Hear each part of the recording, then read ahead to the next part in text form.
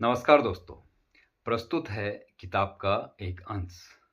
शीर्षक का नाम है अपने अपने उत्पाद। समाज को गौर से देखें तो हर व्यक्ति अपने कौशल, रुचि और आवश्यकता के अनुसार कुछ न कुछ गढ़ रहा है।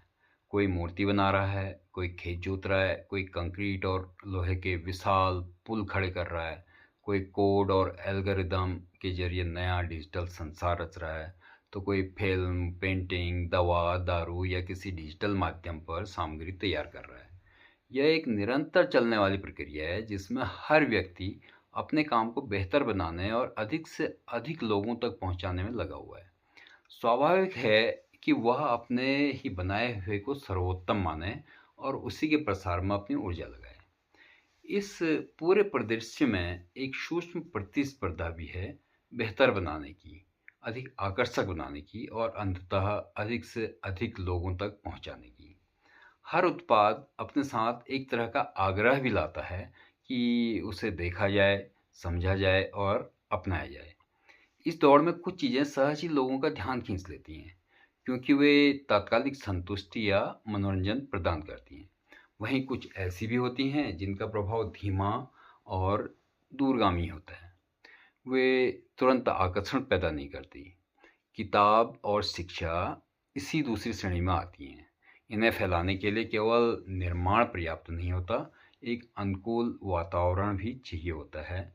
यदि पुस्तकालय बना भी दिए जाएं, तो यह आवश्यक नहीं कि वहां पाठक स्वतः पहुंच जाएं। माहौल का निर्माण केवल भावनाओं से नहीं, बल्कि सोच से होता है, और यह सोच बनाने का काम शिक्षा का है। परंतु विडंबना यह है कि जिस शिक्षा को यह सोच गढ़नी थी, वह स्वयं एक औपचारिकता बनकर रह गई है। लोग विद्यालय तो जाते हैं, परीक्षाएं भी उत्तीर्ण करते हैं, परंतु विचारशीलता और जागरूकता के स्तर पर वह परिवर्तन नहीं आ पाता जो शिक्षा का वास्तविक उद्देश्य है। प्रश्न यह उठता है कि शिक्षा के प्रति वह समझ कैसे विकसित हो जो उसे केवल एक औपचारिक प्रक्रिया से आगे ले जाकर जीवन का आधार बना सके। आम जनमानस तक यह बात कैसे पहुंचे कि केवल विद्यालय जाना या परीक्षाएं उत्तीर्ण करना ही शिक्षा नहीं है। यह समझ कैसे बने कि अच्छे अंक प्राप्त कर लेना विचारशीलता या जागरूकता का प्रमाण नहीं होता। इन प्रश्नों के उत्तर सरल नहीं हैं, क्योंकि वे सीधे उस मानसिक संरचना से जुड़े हैं जिसमें व्यक्ति जी रहा होता है।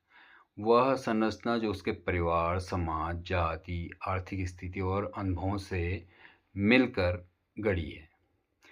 जिसमें शिक्षा का अर्थ केवल नौकरी पाना और वही सबसे बड़ी ज़रूरत बनी पड़ी है। हर व्यक्ति अपनी आस्था, अनुभव और सीमित संदर्भों के भीतर ही विचार करता है। उसके लिए वही महत्वपूर्ण होता है जो उसके जीवन से प्रत्यक्ष रूप से जुड़ा होता है। इसलिए सामाजिक या शैक्षिक मुद्दे भले ही सबके लिए समान रूप से प्रासंगिक हों, सभी के लिए समान रूप से महत्वपूर्ण नहीं बन पाते। कारण स्पष्ट है, सभी अपने अपने उत्पादों में व्यस्त हैं। एक उद्योगपति अपने उत्पादन और लाभ पर केंद्रित है। उसके लिए यह स्वाभाविक है कि वह अपने काम को प्राथमिकता दे। पर्यावरण पर उसके कार्यों का प्रभाव क्या पड़ रहा है, यह प्रश्न उसके विचारों में आए तो भी संभवतः बहुत बाद में। दूसरी ओर एक खिलाड़ी अपने अभ्यास, प्रतियोगिताओं और प्रदर्शन में इतना तल्लीन है कि अन्य सामाजिक मुद्दों पर विस्तार से विचार करने का समय और प्रवृत्ति दोनों ही सीमित रह जाते हैं। इसी प्रकार एक शिल्पकार अपनी कृति को निखारने में इतना व्यस्त है, तो एक लेखक अपने विचारों को शब्द देने में उतना ही व्यस्त है। दोनों ही अपने अपने क्षेत्र में संलग्न हैं और यही उनकी प्राथमिकता भी है। यह अपेक्षा करना कि वह अपने कार्य से हटकर किसी अन्य क्षेत्र के प्रचार प्रसार में समान रूप से सक्रिय हों, व्यवहारिक नहीं लगता। अतः इस प्रकार समाज अनेक समानांतर धाराओं में बह रहा है, जिसका आपसी संपर्क सीमित रहता है। इस परिदृश्य का एक दूसरा पक्ष भी है।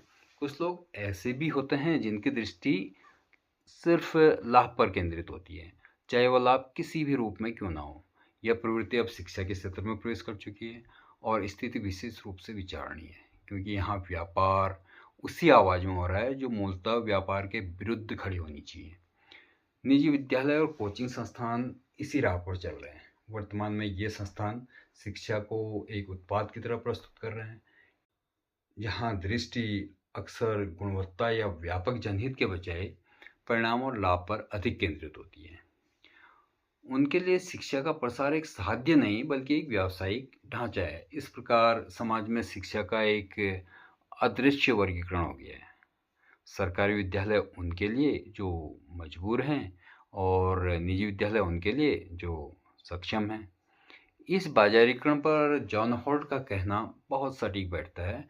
हम जो कुछ सीखते, याद रखते और इस्तेमाल करते हैं, वह सब वही बातें होती हैं जिन्हें हम स्कूल से बाहर की ज़िंदगी में तलाशते हैं या तलाश पाते हैं। हॉल्ट डिस्कूलिंग के पक्षधर थे, यानी असली पाठशाला तो कक्षा के बाहर है और हम बच्चे को कक्षा के भीतर बंद करके उसे ज़िंदगी से काटने का काम बड़े मनोयोग से करते हैं। विडंबना देखिए कि यह शिक्षा न हुनर दे पा रही है, न रोजगार और न ही एक समझदार इंसान। फिर भी अपने अपने उत्पादों को बेहतर बनाने की होड़ में अभिभावक अपना मेहनत से कमाया धन इसी खोखली व्यवस्था में लुटाने को मजबूर है। लेकिन असल में गौर किया जाए तो इस शिक्षा व्यवस्था में बच्चों को झोंकने के लिए सक्षम और अक्षम दोनों अभिभावक मजबूर दिखते हैं, जहाँ अंततः बच्चे पीड़ित बनते हैं। इस प्रकार सबके लिए समान एवं गुणवत्तापूर्ण शिक्षा की बातें सिर्फ कागजों में रह जाती हैं। यदि एक राजनीतिज्ञ को देखें तो उसका उत्पाद है सत्ता। उसके लिए स्वाभाविक है कि वह हर मुद्दे को उसी कोण से देखे जहाँ से उसका राजनीतिक लाभ दिखता हो।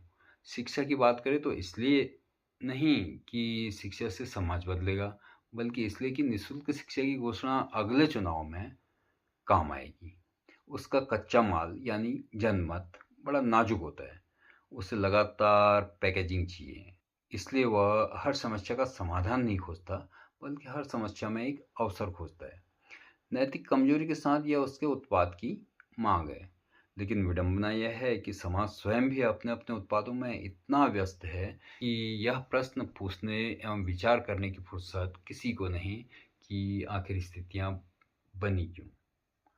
वहीं जो लोग ईमानदारी और सिद्धांतों के साथ कार्य करते हैं, वे कई बार धीमी गति से आगे बढ़ते हैं और व्यवहारिकता के पैमाने पर कम सफल माने जाते हैं। और यह एक विचित्र स्थिति है जहाँ मूल्य और परिणामों के बीच संतुलन साधना कठिन हो जाता है। ऐसे में यदि कोई शिक्षा के महत्व की बात करता है तो उसकी आवाज़ भी उसी भीड़ में शामिल हो जाती है जहाँ हर कोई अपने उत्पाद बना रहा है और मंडी में जोर जोर से उसे बेचने के लिए चिल्ला रहा है। शिक्षा एक सामान्य विषय है, हर कोई अपने बच्चे को विद्यालय भेजता है, परंतु इसकी गहराई तक पहुंचना अभी भी एक सीमित वर्ग का ही प्रयास बना हुआ है। अधिकांश लोग इसे एक आवश्यक प्रक्रिया के रूप में स्वीकार करते हैं, न कि एक परिवर्तनकारी शक्ति के रूप में। अंततः प्रश्न वही लौटता है, क्या शिक्षा का व्यापक प्रभाव केवल व्यक्तिगत प्रयासों से संभव है या इसके लिए किसी व्यापक स्तर पर सोच और दिशा की आवश्यकता है? ऐसा प्रतीत होता है कि जब तक शिक्षा को एक समग्र दृष्टि से नहीं देखा जाएगा और उसके लिए अनुकूल वातावरण का निर्माण नहीं होगा, तब तक वह अपने पूर्ण प्रभाव तक नहीं पहुंच पाएगी। और शायद यही वह बिंदु है जहां आकर यह स्वीकार करना पड़ता है कि शिक्षा का वास्तविक प्रसार केवल व्यक्तिगत उत्साह से नहीं, बल्कि सामूहिक समझ, सशक्त नीतिगत दिशा और सच्ची राजनीतिक सोच से ही संभव हो सकेगा। बाकी हम सब अपने अपने उत्पाद में तो व्यस्त हैं ही।